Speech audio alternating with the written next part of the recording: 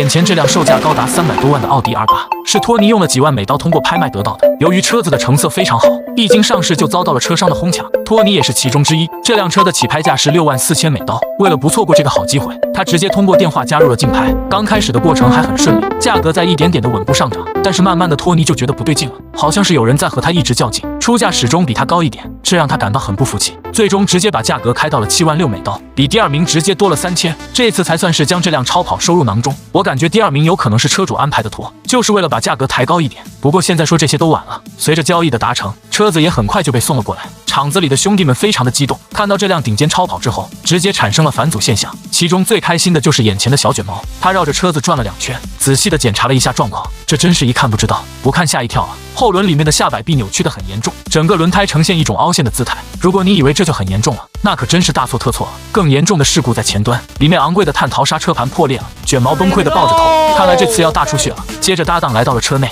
这部分的情况还算可以，并没有什么严重的问题，只不过是顶部的气囊爆开了，修复起来会有点麻烦。正说着，大家就把车子转移到了里面。这次我们就能看到细节了，只见卷毛拿起了剪刀，将里面的抽拉绳剪短，没想到内部竟然是用绳子固定的，而且机盖打开之后，里面的零件也非常凌乱，这些需要重新订购一些新的。接着他又来到了车子内部，想尝试着将其发动起来，很明显这基本上是不可能的。只见托尼按下发动按钮，车子的发动机没有任何反应，但仪表盘等系统都亮了起来，这就说明问题应该出在前端的电池上，等下可以去检查一下，判断到底是短路了还是没电了。另外在车子内部，两人注意到这个气囊爆得太彻底了，侧面一圈和座椅上的全都损坏，这样就导致修复内饰变得非常麻烦。但托尼并不为此感到担心，因为他此刻关注的重点就是中间的饮料架，这里有2个凹槽可以用来放饮料。大家可以想象一下，你在路上开跑车唱着歌，时不时的再喝上几口饮料，这得多么惬意。确定了车子状况之后，托尼就把车子升了起来。这里我有点疑惑，那就是为什么这辆车的2个轮子都受损严重，但侧面的车身套件依旧完好无损呢？当时应该是一种什么事故才会造成这样的损伤？大家有谁能想象出来的？可以发布在评论区。现在车子被升起来之后，托尼发现前面2侧的轮胎里面的摆臂扭曲的非常严重，几乎没有任何回收价值了。后端的轮胎基本上也是如此。另外前端的散热器也有毛病，漏液非常严重。为了将这辆超跑修复好，托尼先是找到了一个车钥匙，要再次尝试发动这辆奥迪 R8。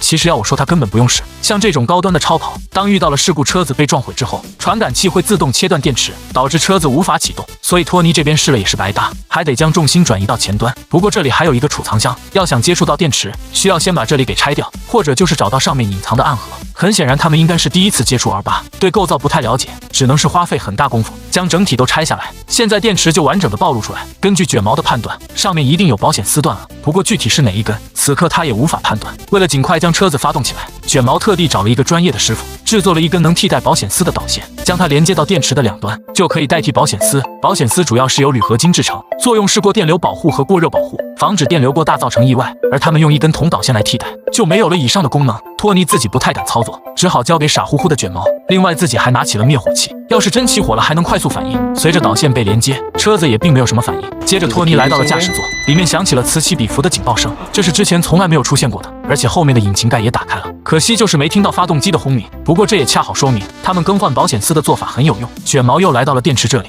重新检查了一下线路连接，结果又发现了新问题，上面有一根线路接错了，有可能就是这个原因导致发动机没有反应。于是他赶紧调整了回来。托尼再次尝试启动这辆车，令2人感到疑惑的是，车子依旧是没有任何反应，翻新工作也陷入了瓶颈，大家一时间不知道该怎么办。这时托尼突然想起来一件事，那就是自从这辆车买回来之后，他们都没有给电池充过电，车子无法启动，8成跟这个有关。于是今天的工作就先暂停，托尼给电池充了1晚上的电，第2天一早就召集了众人来到车子前，共同见证这激动人心的一刻。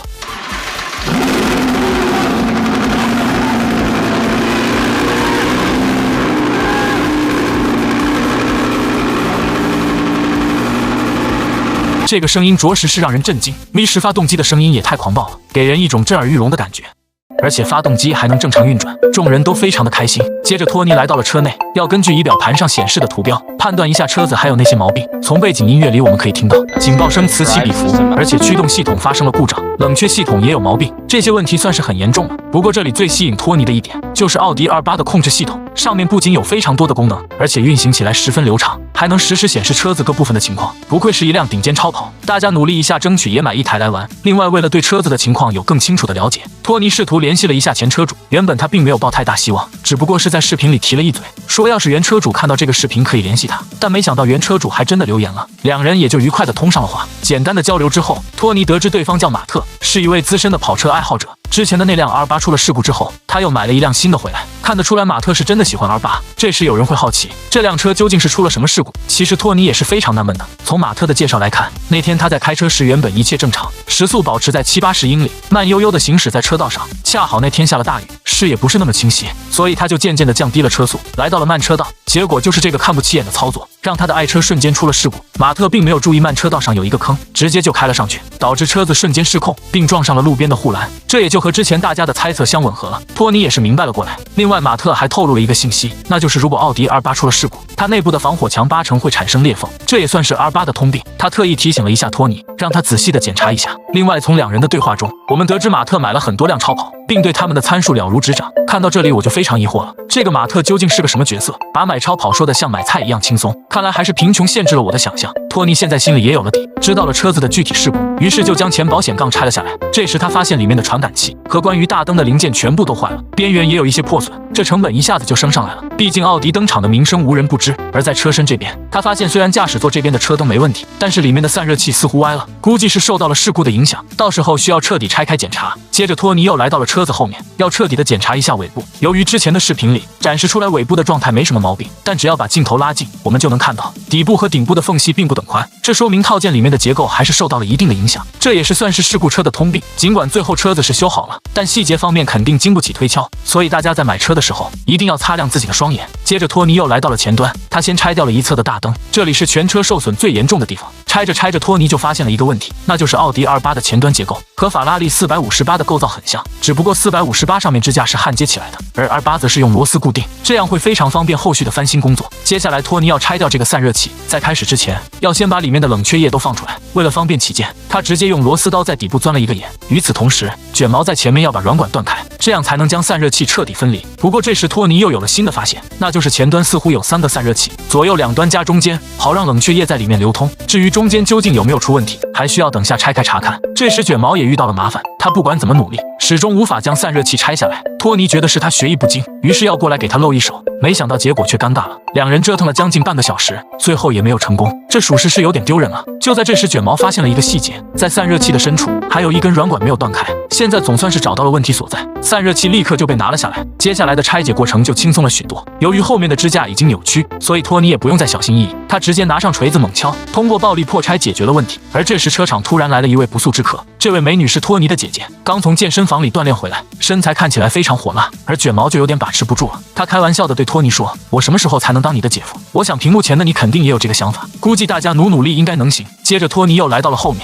他要把这里的零件都拆掉，检查一下究竟是什么原因。两人快速的将后保险杠拆了下来，整个过程非常顺畅，让托尼对奥迪 R8 的设计赞不绝口。对于他这种自己动手的师傅来说，简直太友好了，大家也可以买一辆来体验一下。经过一番检查，托尼并没有发现任何损伤，这就很让人不解了。看来要想找到最终原因，就必须要接着深入。不过这部分的操作过程就有些困难了，因为在发动机的四周有非常多的碳纤维配件板，稍有不慎就会造成损伤，所以操作过程必须要非常小心。两人做梦也想不到，这部分的操作难度竟然这么大。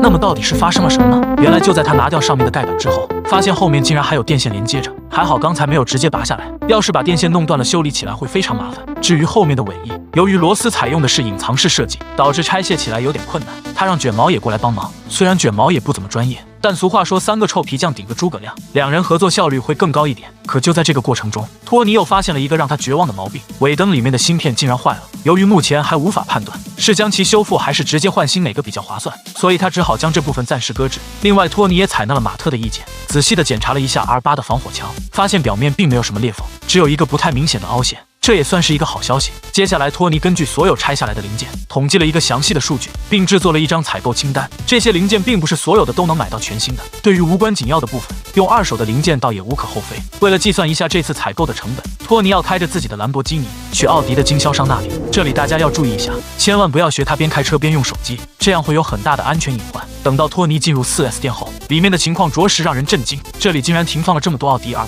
各种型号应有尽有，属实是让我开了眼界。正说着，他就来到了前台，将自己的清单交给了工作人员。经过一番查找和对比后，计算下来一共是6000美刀。这个结果属于是有点让人出乎意料了，就连托尼也没想到竟然这么实惠。不过这并不是全部的零件，另外目前在 4S 店里并没有库存，所以只能从总部调货。托尼只好暂时先回去等待。至于前面的大灯和碳陶刹车片两部分加起来应该还得3000美刀，整体翻新结束，满打满算需要12000美刀。看来这活还真不是一般人能做的，后续的投入也真的不小。在等待零件到货的同时，托尼决定开始处理车子内部，因为里面的气囊全部爆开，而且座椅看起来也很脏，必须拆出来进行翻新。结果这时却发生了一件谁也想不到的事情，就在主驾驶座的下面竟然有一个风干的粑粑，属于是有点恶心了。怪不得托尼一直吐槽有股怪味，原来是从这里传出来的。这两个二货心里也不知道怎么想的，一直对着这个粑粑傻笑，估计是有点什么想法。说实话，我有点好奇，托尼最后是怎么把它清理了出来。这里他没有拍，大家只能动脑子想象这个过程。为了加快修复进度，他和卷毛来了一场比赛。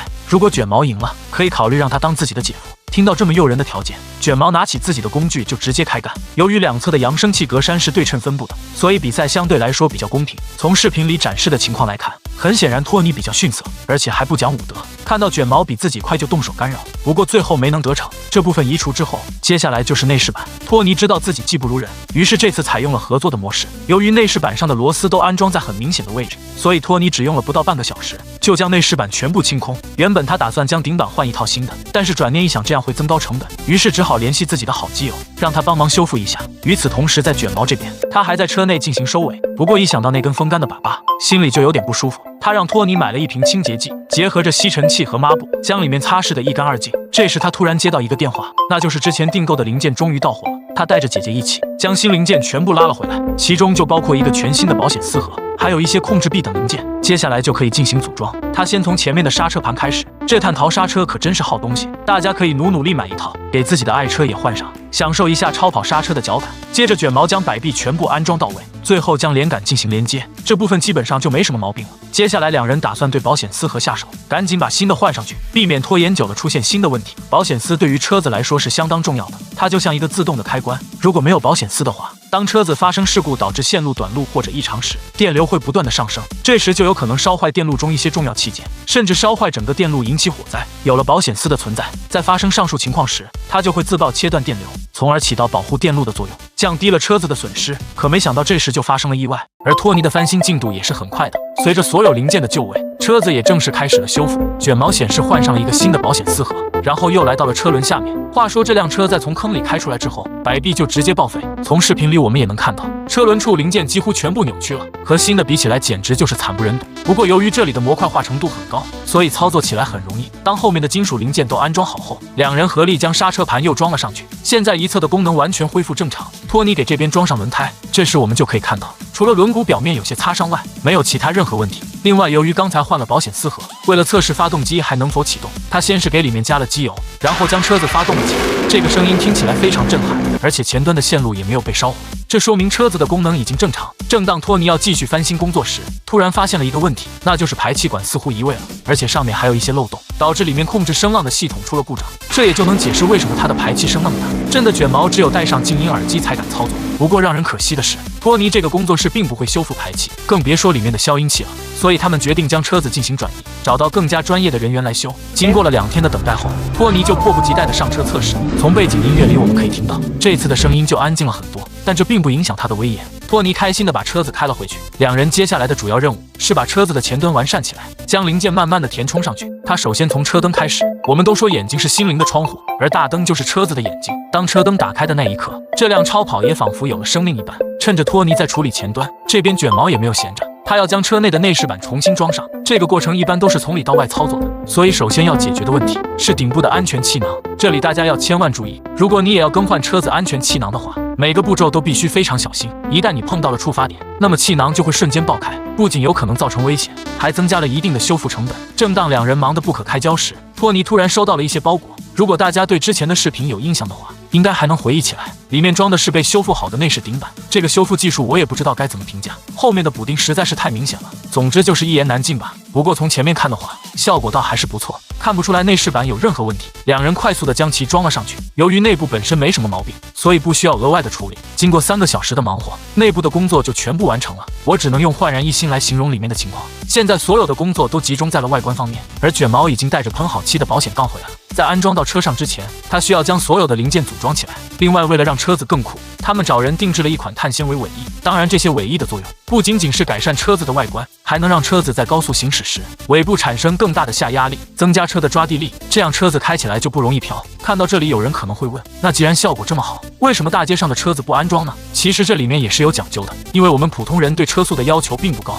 而且对于一般的车子来说，空气动力学的设计都弱于超跑，加上尾翼之后，车子的重量也会增加，速度提升并不明显，总体算下来是得不偿失的。对于这辆奥迪28来说，由于自身的马力非常强大，当车速慢慢加快时，受到的空气阻力也会增大。要是加上这些空气动力学套件，就能大大降低阻力。兄弟二人对此也是十分了解，所以在材料方面的选择上，都尽可能的采用了轻量化设计。他们将后保险杠组装好后，直接就装到车子上了。现在它看起来非常的酷。接着托尼将奥迪28发动起来，看着暗红色的车灯，那种超跑的压迫感瞬间溢出屏幕。现在尾部的工作已经彻底结束，两人来到车子前端，先把机盖拆了下来，仔细的清理了一下挡风玻璃。另外，为了完成奥迪28极致的轻量化，托尼又买了一个碳纤维机盖。他并不打算对全车重新喷漆，就想用这个黑白拼接色展示超跑原始的美感。另外，趁着卷毛修复前端的时间，托尼给车子换了一套古铜色轮毂，看起来十分庄重。而这辆车也总算翻新完成，接下来就可以激情试车了。